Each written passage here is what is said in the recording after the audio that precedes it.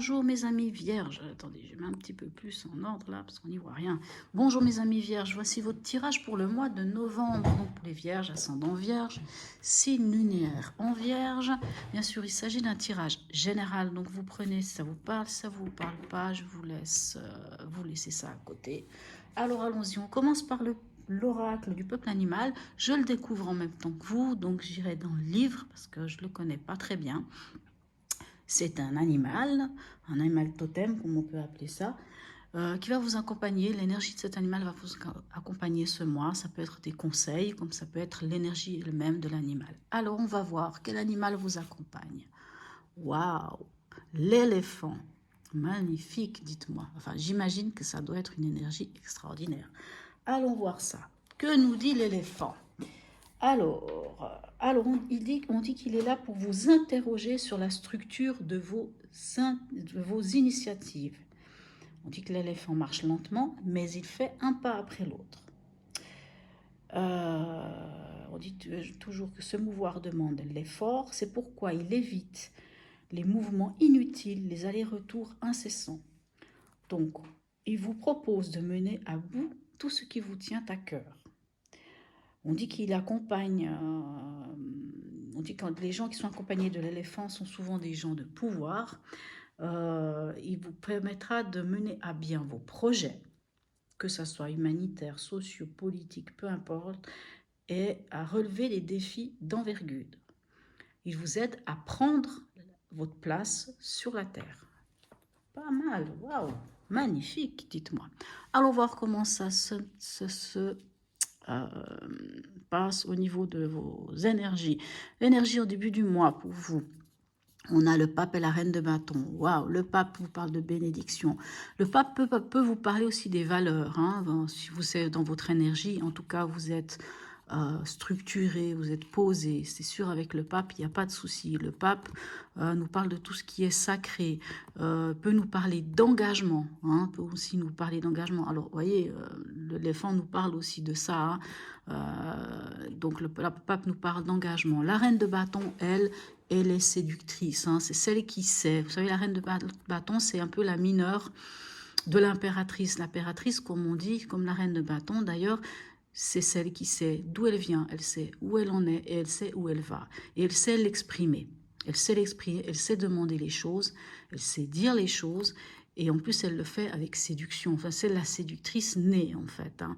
Donc, j'ai envie de dire que dans votre énergie, vous êtes bien, vous êtes posé, vous êtes voilà, vous connaissez vos valeurs, vous savez qui vous êtes ancré, en tout cas vous êtes même protégé au niveau du divin, peu importe, hein, vous êtes même béni et en plus vous savez très bien où vous en êtes, où est votre place et vous savez où vous voulez aller. Ça c'est formidable. Quelle est votre préoccupation pour ce mois? On a le 4 de coupe et on a la force. Le 4 de coupe, vous savez, c'est celle qui nous parle soit d'inertie, ça peut aussi nous parler de remords, de tristesse. La 4 de coupe, alors, si c'est votre préoccupation, justement, vous voyez, quand on vous dit qu'avec l'éléphant, on marche, mais on ne marche pas n'importe comment, on prend le temps. On prend le temps de faire les choses. Et dans le 4 de coupe, en fait, c'est comme pour vous dire, mais évitez, enfin, vous avez peur de l'inertie, vous avez peur de rester sans rien faire. Et votre préoccupation, c'est aussi, vous savez, la force, c'est l'équilibre entre l'émotionnel et l'impulsif. Hein. C'est entre le rien faire et faire.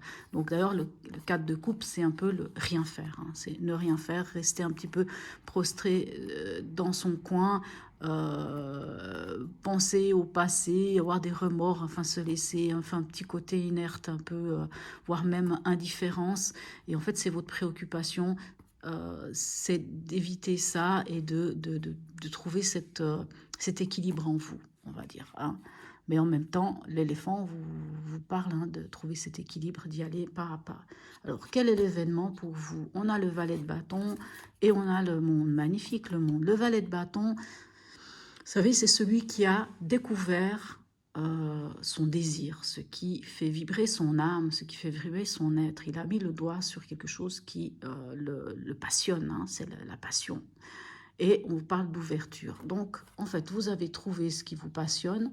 Peut-être que votre préoccupation, c'est comment faire pour avancer et peut-être pour gérer en fait entre votre émotionnel, entre le faire et ne pas faire, hein, entre toutes ces choses-là. Et avec le monde, on vous parle d'ouverture, on vous parle d'aboutissement. Donc vraiment ce mois-ci, vous avez mis le doigt sur quelque chose qui vous passionne.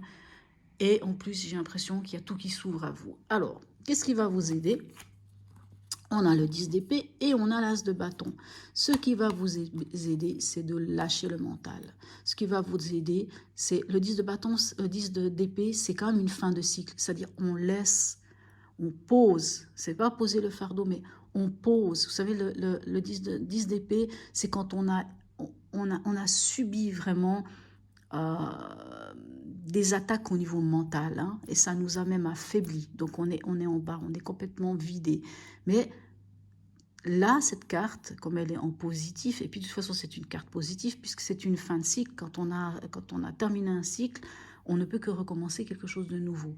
Donc, et en plus on a l'as de bâton, hein. Je vous dis, vous avez trouvé ce qui vous plaît, et l'as de bâton vous parle encore une fois d'acter, nous parle encore de passion, hein, de nouvelles passions. Donc cette nouvelle passion, on vous dit vraiment là, dans ce qui est positif, hein, puisque on est dans le positif, hein, dans ce qui va vous aider, c'est de lâcher votre mental. Hein, là, vous lâchez tout, vous lâchez votre mental et vous allez entamer cette nouvelle action, cette nouvelle passion. Vous allez vers cette nouvelle passion, vous la prenez à bras le corps. Ce qui ne vous aiderait pas, ou ce à quoi vous devez faire attention, ce serait de ne pas nourrir cette nouvelle passion. Parce que le valet de coupe, vous savez, c'est celui qui a découvert. Alors là, c'est pas la passion, c'est l'amour, c'est ce qui fait vibrer son cœur. Et comme elle est en aspect négatif, ce serait de ne pas écouter ce qui a fait vibrer votre cœur. Donc ne pas écouter cette nouvelle passion, ne pas écouter ça, ne pas écouter votre cœur. Il faut écouter votre cœur, ce qui fait vibrer votre cœur, et il faut avancer. Il ne faut pas rester dans cette idée du 4 de coupe. Il faut y aller, il faut avancer, il faut vous lancer dans cette nouvelle entreprise, cette nouvelle entreprise, cette nouvelle passion, peu importe de quoi il s'agit. Émotionnellement, on a le 3 de bâton et on a le 5 d'épée. Alors, émotionnellement, mes amis vierges, avec le 3 de bâton, vous élargissez votre horizon. C'est formidable. Par contre, il y a encore en vous, voyez, quand je vous dis, ce qui va vous aider, c'est de lâcher avec le 10 d'épée, c'est de lâcher votre mental. Et là, il y a encore un peu ces luttes intestines. Hein, c'est soit le mental des autres, soit le vôtre. Donc, le 5 d'épée vous invite ici, enfin franchement, voilà, lâchez votre mental. Hein, et ça vous le redit là à nouveau. Il y a encore quelque chose qui vous chicane au niveau mental. Vous savez, du genre, est-ce que j'y vais, est-ce que j'y vais pas? Oui, mais... Parce que là, vous avez du bâton, donc vous avez vraiment l'action, vous avez vraiment le feu, la passion. Donc on vous dit vraiment, lâchez votre mental. Et là, on vous le redit encore émotionnellement, votre mental vient encore venir vous titiller un peu. Mais il faut le lâcher, ce mental. Hein. Vous avez vu dans le conseil, on lâche le mental et on y va. Au niveau pragmatique, qu'avons-nous? Roi de bâton, magnifique, et 4 de bâton. Alors, au niveau pragmatique, donc ça veut dire financier, travail, maison, peu importe, mais du moment où c'est dans le matériel, le roi de bâton, c'est celui qui entreprend. Donc, on reste dans les bâtons. Donc, comme je vous ai dit, vous avez quelque chose de nouveau, une nouvelle passion. Entreprenez, hein, c'est l'entrepreneur le bâton. Allez-y, entreprenez. Le 4 de bâton, il vous dit quoi? Il vous dit posez les fondations. Posez les fondations de cette nouvelle action-là. Posez les fondations de ça. Allez-y. Et en plus, vous avez tout ce qu'il faut. Vraiment, allez-y, foncez. Alors, où est-ce que vous en êtes? On a le cavalier d'épée et le roi de bâton. Vous voyez, le roi de bâton, il revient. Allez-y, entreprenez, allez-y. Le cavalier d'épée, c'est celui qui a trouvé l'idée. C'est celui qui va agir avec intelligence. Le cavalier d'épée, il convainc. Donc, franchement, dans ce chemin-là, pour ce mois de novembre, à la fin du mois, vous allez pouvoir convaincre du bien fondé, de cette nouvelle passion, de cette nouvelle action que vous voulez démarrer. Où est-ce qu'on en est à la toute fin du mois? 10 de coupe, magnifique. Et 7 de bâton, waouh. Alors, À la fin du mois, au niveau de l'état d'esprit, le 10 de coupe vous parle, vous êtes bien. Émotionnellement, vous êtes au top. Et le 7 de bâton vient quand même vous dire, il faudra peut-être encore, vous savez, le 7 de bâton, c'est quand on, quand on défend ses acquis. Il faudra peut-être encore, malheureusement ou heureusement, des fois c'est bien aussi, faudra peut-être encore argumenter et défendre. Mais comme je vous dis, vous avez le roi de bâton, vous avez le cavalier d'épée. Le cavalier d'épée sait convaincre. Donc quoi qu'il en soit, vous défendrez peut-être encore votre cause. Peut-être que vous devrez encore défendre votre cause, ou peut-être vous devrez défendre vos acquis, vos valeurs. Vous savez, le 7 de bâton, c'est ça, c'est défendre ses acquis, ses valeurs.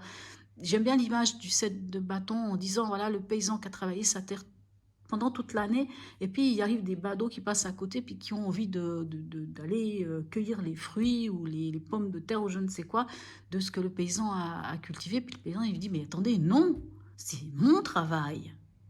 C'est moi qui ai sué, c'est moi qui me suis levé tous les matins et qui ai fait le nécessaire pour que ce champ soit prospère. Donc non, ça m'appartient, c'est à moi de décider. Vous voyez, le 7 de bâton, c'est ça, il défend.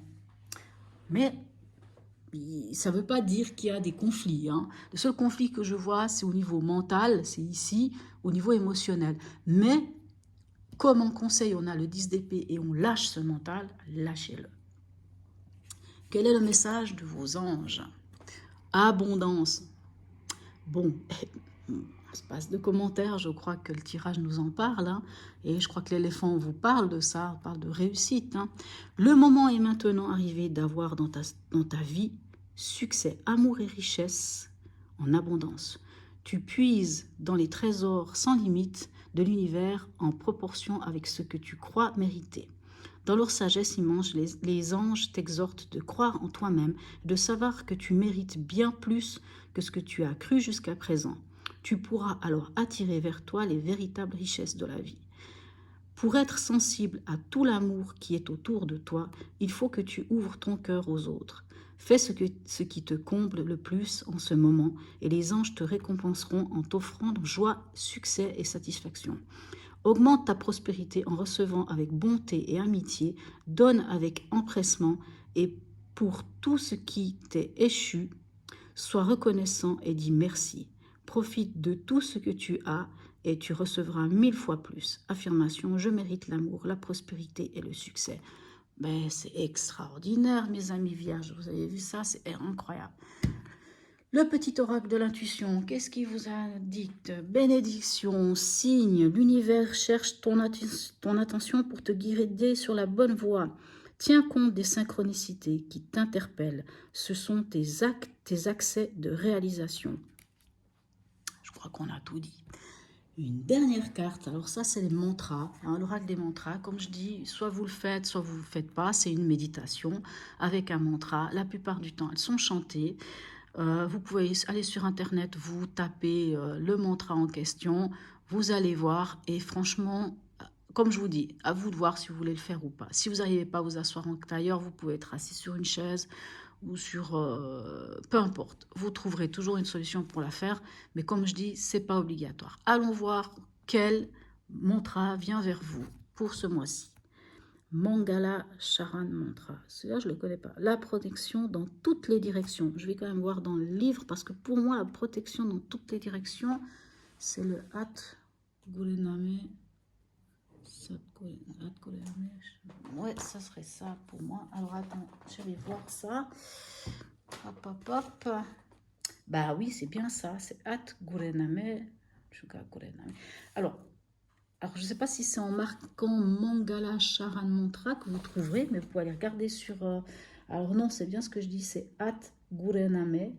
Alors, je ne sais pas si ici, je sais pas si on arrive à voir comment ça s'appelle. Donc Ad, donc A-A-D, Gure, G-U-R-A-Y, Name, N-A-M-E-H. Vous tapez ça sur Internet et vous trouverez, il y a une chanson. Ça se passe comme ça, vous vous asseyez en tailleur, alors en tailleur ou assis, comme je veux dire. Pressez les paumes l'une contre l'autre en prière. Donc, contre le sternum, avec le pouce contre le sternum. Inspirez. et tendez les bras. Donc, vous tendez les bras devant vous, hein, comme si vous les tendiez en direction du ciel, à 45 degrés vers le ciel, sur la première phrase, donc sur Ad Gurename. Revenez au sternum et inspirez. Donc là, Ad Gurename, après vous faites la suite. Hein, regardez, vous trouverez sur Internet. Inspirez, puis tendez à nouveau les bras, ainsi de suite. Vous faites le mantra entre 7 et 11 minutes, c'est encore mieux. Et ça, vraiment, c'est vrai que c'est un mantra de protection et qui ouvre en plus le cœur. C'est assez efficace, c'est assez incroyable.